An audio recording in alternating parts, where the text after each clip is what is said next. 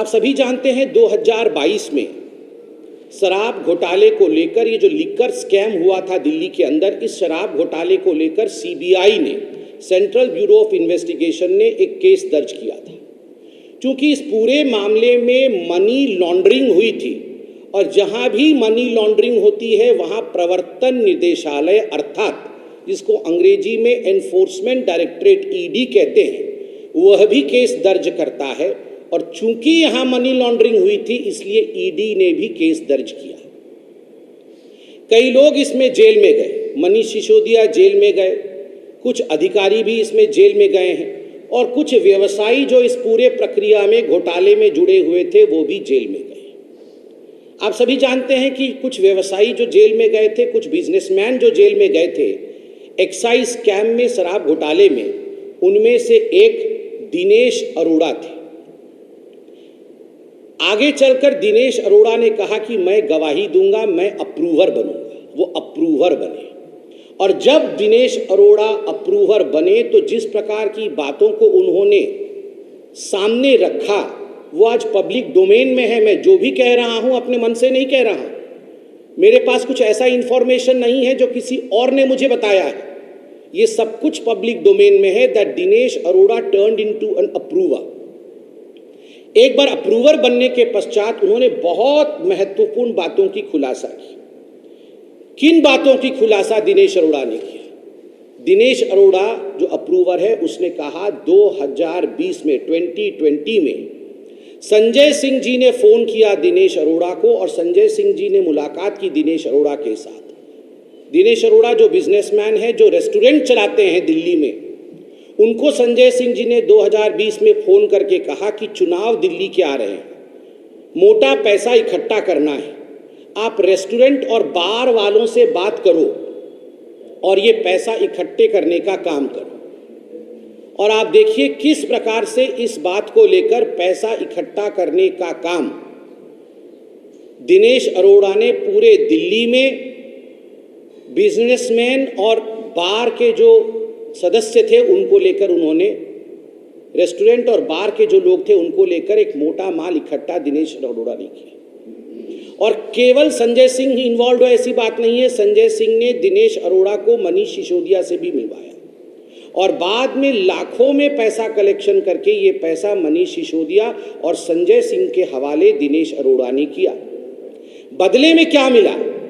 बदले में दिनेश अरोड़ा को क्या मिला, जिसको अंग्रेजी में क्विड प्रो को कहते हैं। आप अगर चार्जशीट पढ़ेंगे तो दिनेश अरोड़ा खुद स्वीकार करते हैं कि उनका कोई मामला एक्साइज डिपार्टमेंट में फंसा हुआ था। Some of his issues were stuck in the excise department. और बदले में दिनेश अरोड़ा ने कहा मैंने मोटा माल इकट्ठा किया है, ये पैसा मैंने मनीष सिसोदिया और संजय सिंह को दिया है संजय सिंह के कहने पर, तो मुझे इस एक्साइज के केस से निकाला जाए, मुझे इस एक्साइज के काम में मदद की जाए। मनीष सिसोदिया ने संजय सिंह के कहने पर एक्साइज के केस में मदद करते हुए दिनेश अरोड़ा को मदद दिया। तो आप सोच के देखिए किस प्रकार से एक क्विड प्रो को का मामला बनाया गया, किस प्रकार से इस विषय को एक दूसरे के लिए मदद की गई। बंधुगण, मुझे तो बड़ा आश्चर्य लगता है कि इतना बड़ा मामला होने के बाद भी जब जनवरी में एक्साइज डिपार्टमेंट ने, ईडी ने संजय सिंह के नाम को अपने चार्जशीट में दाखिल किया, चार्जशीट में लगाया, उस समय काफी हंगामा और बवाल कटा। आपको याद होगा संजय सिंह जी ने प्रेस कॉन्फ्रेंस किया था और कहा था कि ईडी ने गलती से मेरे नाम को अपने चार्जशीट में लिखा है। केवल संजय सिंह नहीं, अरविंद केजरीवाल जी ने भी कहा कि संजय सिंह ने हड़का दिया ईडी को, पैंट गीली हो गई इत्यादि इत्यादि। मगर वास्तविकता यह थी कि ईडी ने संजय सिंह जी के नाम को अपने चार्जशीट में 4 जगह लिखांकित किया था। The ED had put the name of Sanjay Singh at 4 places, जिसमें से 3 जगह सही था, 1 जगह टाइपो एरर होने के कारण नाम जुड़ गया था, जिसको कि कोर्ट में ईडी ने कहा कि 3 जगह जो संजय सिंह के नाम को लिखा गया है ये सही लिखा गया है। उसके बावजूद जिस प्रकार का ड्रामा संजय सिंह, अरविंद केजरीवाल और आम आदमी पार्टी ने किया है, यह सब आप देख सकते हैं। आपके सामने अरविंद केजरीवाल और संजय सिंह ये झूठ बोल रहे थे कि ईडी के चार्जशीट में उनका नाम नहीं था। ये शराब नीति आखिरकार क्या है इसके बारे में भी मैं बताऊंगा, मगर कल मुझे बड़ा आश्चर्य लग रहा था कि अरविंद केजरीवाल कल रात को कह रहे थे कि संजय सिंह के घर से कुछ नहीं निकला। अगर कुछ नहीं निकला तो गिरफ्तारी कैसी हो सकती है? आप मुझे ये बताइए कि जो पिक पॉकेटर होता है, जो जेब कतरा होता है, जब जेब कतरा पकड़ा जाता है तो उसके घर से, उसके जेब से बटुआ निकलता है, उसके जेब से एक पर्स निकलता है। जब चेन स्नैचर पकड़ा जाता है तो उसके घर से, उसके जेब से वो सोने की चेन निकलती है जिसे छीन के वो भाग रहा होता है। जब चिंदी चोर पकड़ा जाता है, छोटा सा चोर पकड़ा जाता है तो उसके घर से टूटी, बकेट, जो इत्यादि वो चोरी का सामान इकट्ठा करता है, वो चोरी का सामान निकलता है। जब डकैत पकड़ा जाता है तो उसके घर से छर्रे और कट्टे पकड़े जाते हैं। मगर जब भ्रष्टाचार का डॉन पकड़ा जाता है तो उसके घर से बटुआ नहीं निकलता, उसके घर से चेन नहीं निकलता, उसके घर से कोई चोरी का टोटी नहीं निकलता, उसके घर से छर्रे और बंदूक नहीं निकलते, उसके घर से इंक्रिमिनेटिंग डॉक्यूमेंट्स अर्थात दस्तावेज निकलता है। दस्तावेज जो कई बार मोबाइल फोन के अंदर और कई बार लैपटॉप के अंदर बंद होता है, ऐसे दस्तावेज निकलते हैं। और आज मैं सूत्रों के हवाले से कह सकता हूं, मीडिया के सूत्रों के हवाले से ये खबर है कि जिस प्रकार कल रेड हुआ संजय सिंह जी के घर में और जो दस्तावेज संजय सिंह जी के घर से निकले हैं, वो आम आदमी पार्टी के बहुत ऊपर तक पहुंच रहे हैं, इंगित बहुत ऊपर तक हो रहा है। As far as the incriminating documents that have been procured from the house and the premises of Sanjay Singh is concerned, as far as media sources are to be believed, they say that these documents are going to increment, these are going to, in fact, ये फंसाएगी, ये किसी न किसी ऐसे व्यक्ति को फंसाएगी जो आम आदमी पार्टी के चेन में बहुत बड़ा है। आज आप एक बात जान लीजिए, ये आम आदमी पार्टी ये कोई जेब कतरा नहीं है, ये आम आदमी पार्टी कोई चेन स्नैचर नहीं है, ये आम आदमी पार्टी कोई चिंदी चोर नहीं है, ये आम आदमी पार्टी कोई साधारण डकैत नहीं है, ये डॉन है, भ्रष्टाचार के डॉन। इस कारण से जिस प्रकार की बौखलाहट आम आदमी पार्टी में आज देखने को मिल रहा है, ये पूरा हिंदुस्तान देख रहा है। और जहां तक अरविंद केजरीवाल और आम आदमी पार्टी का सवाल है, ये जो प्रश्न बीच बीच में उठाते हैं और कहते रहते हैं कि आज इन्होंने मनीष सिसोदिया को गिरफ्तार कर लिया, आज इन्होंने फलाने को गिरफ्तार कर लिया, कल हो सकता है इसको गिरफ्तार कर ले, क्यों नहीं? Law will take its own course. और कानून में साधारणतः असेंडिंग ऑर्डर में गिरफ्तारी होती। पहला छोटा चोर पकड़ा जाता है, उसके घर से फिर कागज निकलता है, फिर वो बताता है कि अरे मुझे तो फलाने ने बताया था। उसके बाद बड़ा चोर पकड़ा जाता है, उसके बाद थोड़ा बड़ा चोर और पकड़ा जाता है, और अंततोगत्वा सबसे बड़ा जिसके कहने पर ये सब कुछ हुआ था वो पकड़ा जाता है। इस कारण से इसमें किसी प्रकार का संदेह मत रखिए कि किसी को छोड़ा जाएगा। जो लोग इन्वॉल्व हैं इस शराब घोटाले में, क्योंकि इसमें करोड़ों के राजस्व की नुकसान हुई, करोड़ों के राजस्व का नुकसान हुआ है। जो लोग इसमें इन्वॉल्व है उनमें से किसी को भी नहीं छोड़ा जाएगा, किसी को भी नहीं बख्शा जाएगा। मुझे याद है, जहां तक ये शराब घोटाला है, 22 मार्च 2021 को नई शराब नीति, न्यू एक्साइज पॉलिसी दिल्ली सरकार ने बनाया था और 17 नवंबर 2021 को इसे लागू किया गया था। 17 नवंबर 2021। उस समय खुद अरविंद केजरीवाल जी ने प्रेस कॉन्फ्रेंस करके कहा था कि पूरे विश्व में इस प्रकार की शराब नीति कहीं नहीं होगी, राजस्व आगे बढ़ेगा, हम माला माल हो जाएंगे। पहली बार पूरे विश्व में ऐसा हुआ कि बोतलें तो ज्यादा बिकी, पैसा कम आया। ऐसा आप बताइए, दुनिया में कहीं आपने सुना है? शराब की बोतल ज्यादा बिके और पैसा और राजस्व कम आए, ऐसा पूरे विश्व में कहीं नहीं होता है। ये पहली बार पूरे विश्व में ऐसा हुआ। बंधुगण, भारतीय जनता पार्टी ने कुछ सवाल बार बार पूछे थे।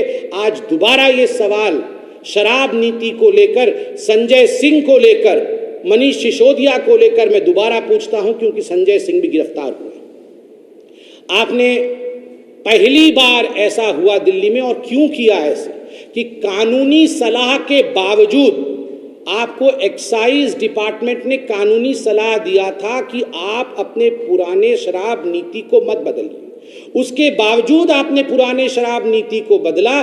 क्या कारण था आपने बदला? क्या कारण था कि मैन्युफैक्चरर के हाथ में रिटेल देना यह गैर कानूनी है, मगर आपने मैन्युफैक्चरर के हाथ में रिटेल दिया? क्या कानून था कि पहली बार हिंदुस्तान के किसी राज्य में ऐसा हुआ कि पहले शराब पे कमीशन 6% का होता, 2% का होता था, माफ कीजिएगा, पहले 2% का कमीशन होता था, उसे बढ़ा करके 12% का कमीशन किया गया और उसमें से राउंड ट्रिपिंग करके 6% आम आदमी पार्टी के ट्रेजरी में जाती थी, आम आदमी पार्टी कमाती थी। आप बताइए, 2% से 12% बढ़ाने का काम, शराब नीति में कमीशन बढ़ाने का काम कारोबारियों का, प्राइवेट इंडिविजुअल्स का, ताकि ये पैसा आम आदमी तक पहुंचे, इसके पीछे मनीष सिसोदिया और संजय सिंह थे। इसलिए बेधड़क कानून अपना काम करेगी और जो लोग जनता के पैसा को शराब के माध्यम से लूटने का काम कर रहे थे उनको छोड़ा नहीं जाएगा। क्या कारण था कि 145 करोड़ 145 करोड़ रुपया ये शराब कारोबारियों का माफ किया गया, वह भी बिना किसी कैबिनेट के नोट के, बिना कैबिनेट के मंजूरी के 145 करोड़ रुपए शराब कारोबारियों का माफ किया गया। किसने इजाजत दी? अगर संजय सिंह जी और मनीष सिसोदिया इसमें रिस्पॉन्सिबल है तो क्या कानून उनको छोड़ देगी या कानून का हाथ इनके गिरेबान तक पहुंचना चाहिए? एयरपोर्ट जोन में एयरपोर्ट अथॉरिटी ने शराब के ठेके खोलने को मना कर दिया, उसके बाद 30 करोड़ रुपए एयरपोर्ट जोन के जो लाइसेंस होल्डर थे शराब की दुकानों की, उनको आपने वापस कर दिया, जबकि ये पैसा जब्त होना चाहिए था। ये 30 करोड़ रुपए जनता का आपने वापस क्यों किया अपने मित्रों को? इसका जवाब संजय सिंह दे। संजय सिंह जी से हम यह भी पूछना चाहते हैं कि आप बताइए, आखिर क्या कारण था कि बिना किसी ठीक ठाक तरीके से रिसर्च किए हुए जिस शराब नीति को आप लेकर आए थे, अंततोगत्वा आपको यह शराब नीति वापस लेनी पड़ी? क्यों वापस लेनी पड़ी ये शराब नीति? अगर ये एक्साइज पॉलिसी ठीक थी तो इसे वापस लेनी क्यों पड़ी? आप यहां वहां की बातें करते हैं अरविंद केजरीवाल जी, मगर आप काम की बात कोई नहीं करते। आज आप बताइए, अगर आपने काम की बात की होती, कोर्ट में जाकर आपने सही आंकड़े रखे होते, तो आपके deputy chief minister Manish Sisodia क्या आज तक जेल के अंदर होते? आप बताइए, आप तो कहते हैं कि मैं मनीष सिसोदिया जी को विश्व का सबसे अच्छा शिक्षा मंत्री मानता था, मेरे करीबी मित्र हैं। जब मनीष सिसोदिया जी गिरफ्तार हुए थे तो आप उनके घर चले गए थे, जैसे आज संजय सिंह के घर गए हैं। आप इनके घर चले गए, सब कुछ आपने किया, मगर कोर्ट में आपके पास अगर तथ्य होता तो पेश करते, तो आज सत्येंद्र जैन और मनीष सिसोदिया बाहर होते बेल पे, कोर्ट के अंदर नहीं होते, कोर्ट के अंदर वीआईपी ट्रीटमेंट नहीं ले रहे होते। जब भी कोई आम आदमी पार्टी से चाहे राशन कार्ड बनाने के लिए पकड़ा गया हो, चाहे फर्जी डिग्री के लिए पकड़ा गया हो, चाहे भ्रष्टाचार में पकड़ा गया हो, हमेशा उन मंत्रियों के साथ अरविंद केजरीवाल पहले तो खड़े होते हैं, उसके बाद टाइम टाइम फिस हो जाता है, उसके बाद वो एक दिन नजर नहीं आते हैं। संजय सिंह जी के साथ भी यही होने वाला है, संजय सिंह जी के साथ भी यही होने वाला है। औपचारिकता निभा दी, उनके घर पे जाके प्रेस कॉन्फ्रेंस करके अब मुड़ के देखने वाले नहीं है। और याद करिए, कल अरविंद केजरीवाल जी प्रेस कॉन्फ्रेंस में कह रहे थे पीएम बौखला गए, प्राइम मिनिस्टर डर गए।